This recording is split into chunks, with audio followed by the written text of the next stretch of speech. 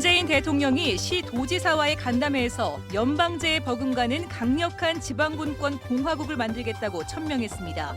또 시 도지사 간담회를 제2국무회의로 격상시키겠다고 약속했습니다.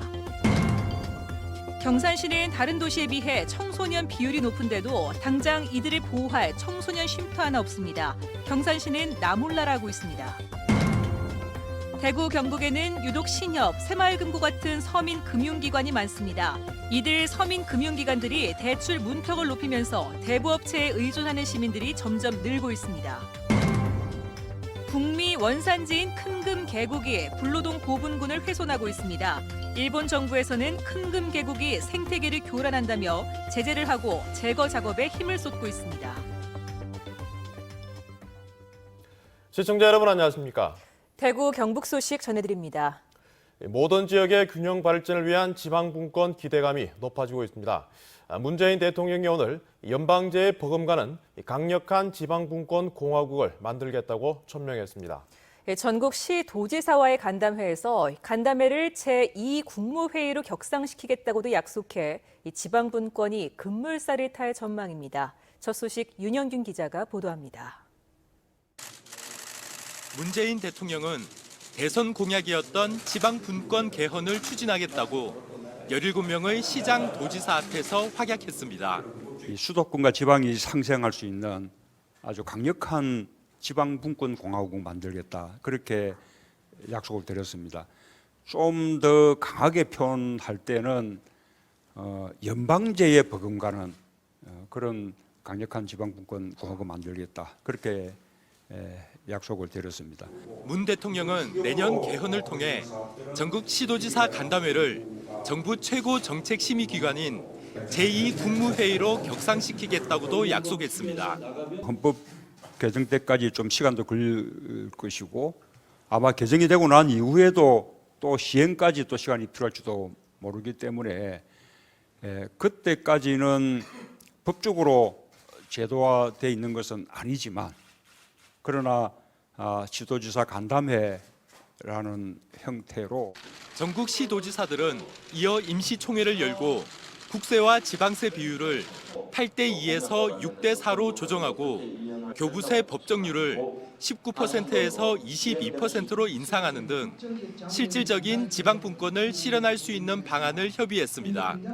중앙에 집중된 권력뿐만 아니라 재원을 나눠 낙후된 지방민들에게 실질적인 혜택이 가도록 해야 한다는데 뜻을 같이 했습니다. 대통령이 강한 의지를 보였다 하더라도 중앙 집권적 권력 구조를 한순간에 깨트리는 것이 쉬운 문제는 아니라는 지적도 있습니다. 그래서 앞으로 국민투표까지는 첩첩산중입니다. 특히 이 중앙집권화해서 기득권 세력들, 특히 중앙 공무원, 엘리트 공무원, 그리고 국회의원, 중앙 언론 등 이런 거대한 집단들이 지금 반대 조짐이 보이고 있기 때문에 무엇보다 지역민들이 지역 분권의 필요성을 공감할 수 있도록 적극적인 대처를 해야 한다는 목소리가 높아지고 있습니다. MBC 뉴스 윤영균입니다. 최근 북미가 원산지인 외래식물 큰금계국이 불로동 고분군을 뒤덮어 토종 희귀식물의 생존까지 위협하고 있다는 소식 전해드렸는데요. 일본에서는 이런 위험성을 알고 11년 전부터 환경법으로 큰 금계국을 강력하게 제재하고 있습니다. 박재영 기자가 취재했습니다. 노란 물결이 장관을 이루어 사람들의 눈길을 사로잡는 큰 금계국.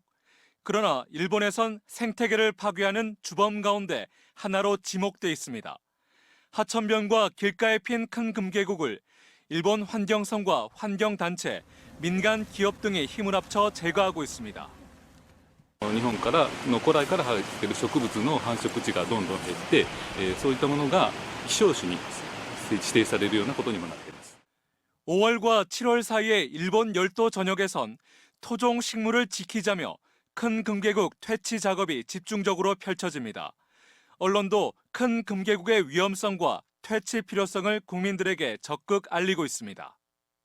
鳥取市の国道29号沿いであった作業にはおよそ70人が参加し、スコップなどを使って根こそぎ引き抜き、およそ450キロ分を駆除しました。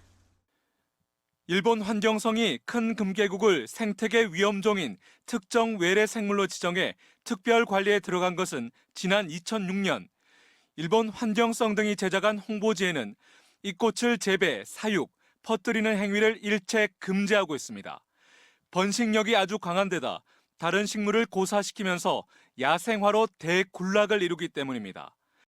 희귀 식물과 생태계 보존을 위해선 큰 금계국 제거 방식에도 신중해야 한다는 내용이 상세히 적혀 있습니다.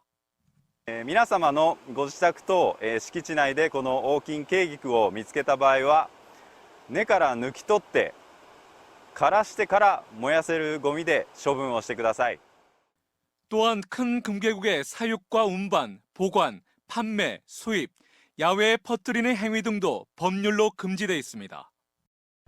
이 같은 항목을 어길 경우 개인은 최고 3년 이하의 징역이나 3천만 원 이하의 벌금이, 법인의 경우 10억 원 이하의 벌금이 부과됩니다. 큰 금계국의 생태 교란에 국가적으로 대처하는 일본과 달리 한국 정부는 그 위험성과 실태조차 파악하지 못하고 있습니다. MBC 뉴스 박재영입니다. 낙동강 강정고령보의 조류 경보가 일주일 만에 주위에서 경계 단계로 격상됐습니다. 녹조가 더 심각해졌다는 얘기인데 대구 경북 지역에서 조류 경보 경계 단계까지 올라간 것은 이번이 처음입니다. 보도에 도성진 기자입니다. 대구지방환경청은 낙동강 강정고령보 구간에 오늘 낮 2시를 기준으로 조류경보 경계 단계를 발령했습니다. 지난 5일 주의 단계에서 일주일 만입니다. 강정고령보 구간의 남조류 세포수는 지난 5일 밀리미터당 11,000여 개, 지난 12일 밀리미터당 5만 1,000여 개로 경계 단계 발령 기준인 10,000여 개를 연이어 초과했습니다. 수문을 일부 개방했지만 높은 기온과 적은 강수량에 일조 시간 증가까지 겹치면서 남조류 증식이 활발했던 것으로 분석됩니다. 5월 6월 들어서 그 더위가 좀 가장 심했고 그리고 또 가뭄이 또 심해가지고 이 두 가지 원인이 주로 크게 많이 작용하지 않나 그렇게 생각하고 있습니다. 대구지방환경청은 대구시에 물에 들어가거나 어패류 어획과 식용을 자제하도록 주민에게 알릴 것을 요청했고 낙동강물 환경연구소에 수질 모니터링을 주 1회에서 2회로 강화하도록 했습니다. 앞으로가 더 큰 문제입니다. 조류 경보제가 도입된 이후 대구 경북 지역에서 처음으로 경계 단계가 내려진 만큼 6, 7월 높은 기온 등에 따른 녹조 급증이 우려되기 때문입니다. 녹조 현상이 한층 더 심해지면서 보호 개방 효과 논란 속에 4대 강보 수문 완전 개방을 요구하는 환경단체들의 목소리도 더욱 거세질 것으로 보입니다. MBC 뉴스 도성진입니다. 경북교육 수장 자리를 3번 내리맡았던 이영우 교육감이 내년에 물러납니다. 보수적 색채가 뚜렷해 그동안 진보 진영의 반발이 컸었는데요. 이번에 후보를 내세우면서 내년 교육감 선거는 사상 첫 보혁 구도 속에 치러질 가능성이 높아 보입니다. 홍석준 기자입니다. 역사 국회타를 망쳐라 이영우! 이영우 교육감에 대한 진보 진영의 반발은 국정교과서 사태를 거치며 최고조에 달했습니다. 앞서 무상급식, 5.18 수업, 전교조 문제에 대해서도 이 교육감은 보수적 기조를 고집하며 각종 교육단체들과 갈등을 빚었습니다. 이 때문에 그동안 교육감 후보 검증에만 주력하던 진보 진영이 내년 선거는 직접 단일 후보를 내기로 했습니다. 그동안 보수 후보끼리 대결하던 교육감 선거가 사상 첫 보혁 구도로 치러지게 된 겁니다. 진보 쪽에선 먼저 영덕 축산중학교에 근무 중인 이찬교 국어교사가 거론됩니다. 이 교사는 2000년대 초반 전교조 경북지부장을 지냈고 경북혁신교육연구소 소장으로 10년 넘게 활동해왔습니다. 이에 맞선 보수교육감 후보에는 도교육청 관료 출신들의 이름이 오르내립니다. 중등교사 출신으로 권전탁 전 교육정책국장의 움직임이 활발하고 초등교사 출신에선 이경희 전 포항교육장의 출마가 점쳐집니다. 현직에선 오는 8월 정년 퇴임을 앞둔 임종식 현 교육정책국장의 출마설도 나옵니다. 4년 전 교육감 선거에서 21%를 득표했던 안상섭 경북교육연구소장의 재출마도 유력합니다. 새로운 시대를 이끌어갈 수 있는 인재를 발굴할 수 있는 그런 교육이 되어지면 좋겠고요. 또한 이제 교육 수요자인 학교라고 학부모, 학생들과 소통할 수 있는 진보 진영이 단일 후보를 공언한 만큼 보수 후보들의 단일화 여부가 9년 만에 새 교육감이 탄생하는 내년 선거 구도의 핵심 변수가 될 전망입니다. MBC 뉴스 홍석준입니다. 포항 영덕간 철도가 착공 9년 만인 오는 12월 개통됩니다. 철도시설공단은 개통 6개월을 앞두고 각종 시설에 대한 마지막 합동 점검을 했습니다. 김기영 기자가 보도합니다. 포항 영덕간 철도 건설 사업이 2008년 착공된 지 9년 만에 완공을 눈앞에 두고 있습니다. 한국철도시설공단은 궤도와 건축, 전기, 통신 등 전 분야에 대해 합동 점검을 벌여 다음 달 시험 운행 계획을 수립하고 8월에 열차를 투입해 증속 시험을 할 계획입니다. 8월부터 시설물 검정 시험을 통하고 10월 정도에 영업 시운전을 해서 12월 초 개통을 목표로 지금 추진하고 있습니다. 포항 영덕간 44.1km 동해선 철도는 1조 270여억 원의 사업비가 투입돼 현재 공정률 84.9%로 월포와 장사, 강구, 영덕 등 역사 4곳이 건설됩니다. 2020년에 2단계 사업이 완공되면 포항에서 삼척까지 1시간 20분으로 소요 시간이 획기적으로 단축됩니다. 자동차 도로격인 노반과 궤도 설치는 이미 마무리돼 기차가 다닐 수 있을 정도입니다. 하지만 포항 영덕 구간은 전철이 아닌 무궁화호 디젤 기관차가 투입돼 영덕 국민들의 실망감이 큽니다. 지역 정치권은 탄소 배출 저감이 대세이고 경제성 논리보다 남북 대륙철도의 상징성을 주장하며 예비 타당성 조사를 관철시키고 있습니다. 내년도에 30억 그 설계 부분이 들어가 있고 하기 때문에 이게 만약에 결정이 된다 하면은 약 4년 동안에 4,800억을 들여가지고 비전철을 전철로 이렇게 바꾸는. 일제시대 때 추진됐던 동해 중부선 건설 사업 70여 년 만인 올해 영덕에 3년 후에는 울진에도 마침내 기차가 다니게 됩니다. MBC 뉴스 김기영입니다. 대구 경북에는 유독 신협이나 새마을금고 같은 서민 금융기관이 많습니다. 그만큼 은행 문턱이 높게 느껴지는 저신용자, 저소득층이 많다는 얘기인데요. 그런데 이들 서민 금융기관조차도 대출 문턱을 높이면서 대부업체에 의존하는 시민들이 점점 늘고 있습니다. 권윤수 기자입니다. 대구 경북에는 상호저축은행과 신협, 농수협, 새마을금고 등 이른바 서민 금융기관이 유독 많이 있습니다. 한국은행에 따르면 대구 지역 10만 명당 서민 금융기관 수는 7.5개로 7개 특별광역시 가운데 가장 많고 경북은 13.5개로 9개 도지역 가운데 세 번째로 많습니다. 소득이 적거나 신용등급이 낮아 대출이 덜 까다로운 서민 금융기관을 이용하는 사람이 많다는 뜻입니다. 그러니까 인구수 대비나 어떤 일반 은행 영업 점수에 대비해서 기관 수는 되게 많습니다. 그리고 또 지역 내 어떤 총 여신 비중에서도 서민 금융기관이 차지하는 비중도 높고요. 그러나 이들 서민 금융기관조차도 담보가 확실하고 신용도가 높은 사람들에게 서비스를 넓히고 있는 것으로 조사됐습니다. 지난해 말 대구 지역 서민 금융기관의 중저소득층 가계대출은 전체의 69.8%로 2011년 77.3%를 기록한 뒤 계속 내리막길입니다.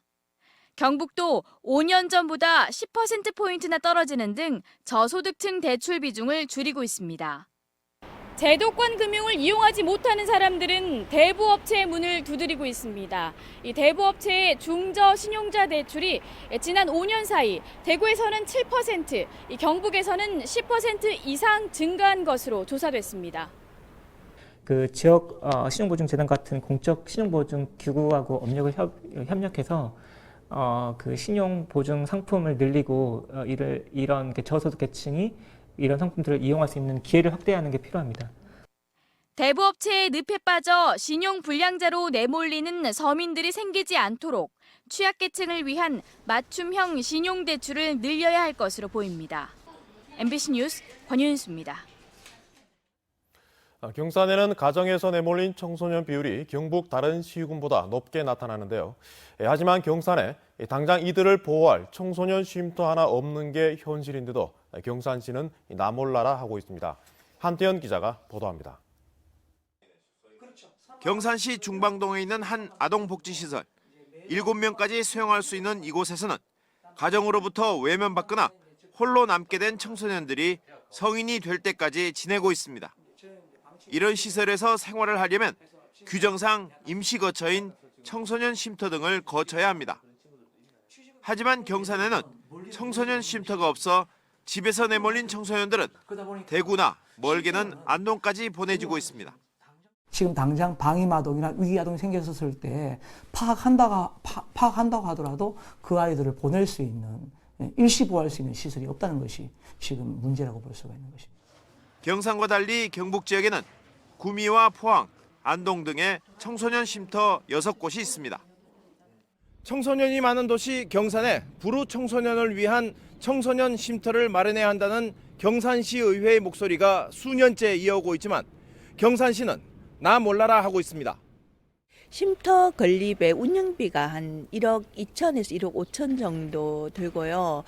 그다음 건립비가 3억에서 한 5억 정도 드는데 경산시가 이것을 하지 않는다는 것은 저는 경산시 청소년에 대한 의지가 없다고 생각을 합니다. 차일피일 청소년 쉼터 조성을 미루는 경산시는 정책 의지가 없는 것을 반영하듯 관련 현황도 파악하지 못하고 있습니다.